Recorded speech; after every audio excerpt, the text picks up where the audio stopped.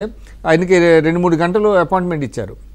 రామ్ గోపాల్ వర్మ ఎవరు ప్రొడ్యూస్ చేశారంటే ఎవరినో పెట్టారు. అది అంతా వాళ్ళ పార్టీ చేసిందని తెలుసు కదా.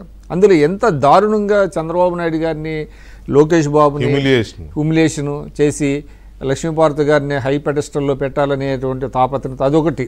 లక్ష్మీస్ ఎన్టీఆర్ అనేది ఒకటి తీసి ఆ వైస్రాయ్ హోటల్ ఉదంతాన్నంతా వక్రీకరించేశాడు. నేను ఒకసారి రామ్ గోపాల్ వర్మను కూడా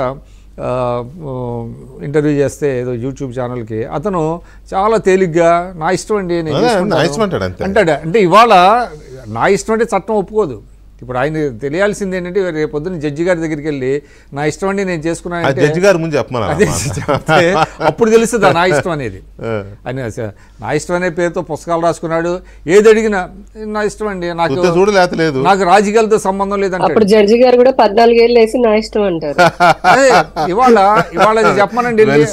ఇప్పుడు ignorance of law is no excuse అంటారు. నీకు చట్టం గురించి తెలియకపోతే అది ఎక్స్క్యూజ్ కాదు అది. కాబట్టి ఖచ్చితంగా దీనికి ఇంకోటి కూడా ఉందండి. ఇవాళ సోషల్ మీడియా అనే దానికి ఒక రెమెడీ కావాలి. దీనంతటికీ ఇప్పుడు మొత్తం చర్చ ఇదంతా జరుగుతున్నది. సరే, ఎవరైతే కల్పిట్స్ ఉన్నారో వాళ్ళని శిక్షించాలి. అదే సమయంలో ఒక రెమెడీ కావాలి. ఇది ఏంటంటే వీళ్ళని కొంతమందిని అరెస్ట్ చేయటం అనేటువంటిది ఒక రకమైనటువంటి ఊరికే ఏదో మందేసినట్టుగా తప్ప ఈ మొత్తం ఈ జాడ్యాన్ని వదిలించాలండి. ఈ జాడ్యాన్ని ఎలా వదిలించాలనే దాని మీద నన్ను అడిగితే ఆల్ పార్టీ మీటింగ్ ఎక్సెప్ట్ వైఎస్ఆర్సీపీని పక్కన పెట్టి ఒక ఆల్ పార్టీ మీటింగ్ ఒకటి ఏర్పాటు చేయాలి. అన్ని పార్టీలను పిలవాలి. వాళ్ళు ఎందుకంటే షర్మిల గారు కూడా రైజ్ చేశారు కదా. షర్మిల గారు కూడా ఆమె అసలు ఇప్పుడు తెలుగుదేశం ఒక రకంగా చెప్పాలంటే పార్డన్ చేసినా ఆమె ఒప్పుకునేటట్లేదు.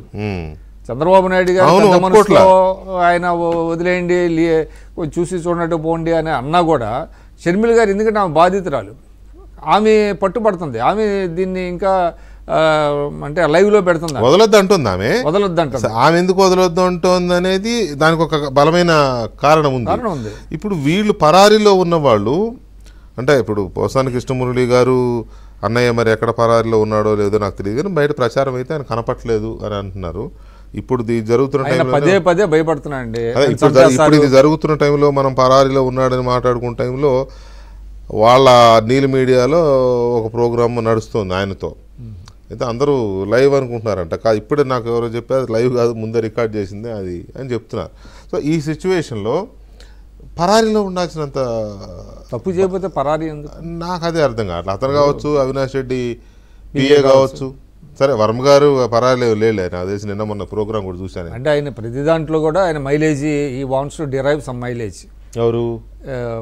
ఆర్జీబీ రామ్ గోపాల్ వర్మ ఏంటంటే తను అరెస్ట్ చేసినా దానికి కొంత మైలేజ్ వస్తుంది కదా, అది కావాలని కోరుకుంటాడు ఆయన.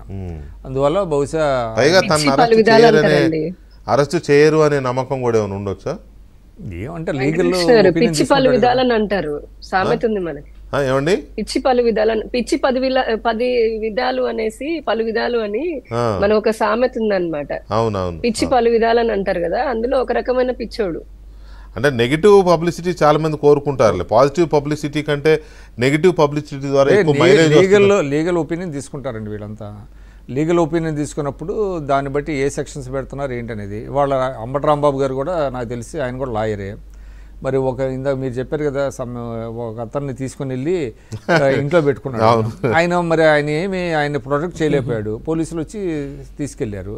అంటే ఏ విధంగా ప్రొటెక్ట్ చేయగలుగుతారు? వన్స్ వెళ్ళిన తర్వాత వాళ్ళకి ఏదైనా బెయిల్ ఇప్పించడం, బయటికి తెప్పించడం అట్లాంటిది ఏదైనా చేయగలుగుతారు తప్ప అరెస్ట్ కాకుండా అయితే అడ్డుకోలేరు కదా. అనుమానించాల్సిన విషయం ఏంటంటే ఆయన ఇంట్లో ఉన్నాడని పోలీసులకు ఎట్ట తెలిసింది అనేది కూడా పెద్ద అనుమానం. చెప్పాడు మా ఇంట్లో ఉంటాడు, మా ఇంట్లో నేను ప్రొటెక్షన్ ఇస్తున్నాను అని చెప్పాడు. ఆయన మా ఇంట్లోనే ఉంటాడు, కావాలంటే వచ్చి మీరు చేయండి అని అంటే ఆయన ఏదో అరెస్ట్ చేయకుండా ఆయన ఏదో ప్రికాషనరీ అనుకున్నాడు. ఆయన వీళ్ళు రాగానే ఆయన పాపం తీసుకుని వెళ్ళిపోయాడు. అది చేస్తే అలాగే ఉంటుంది. రైట్.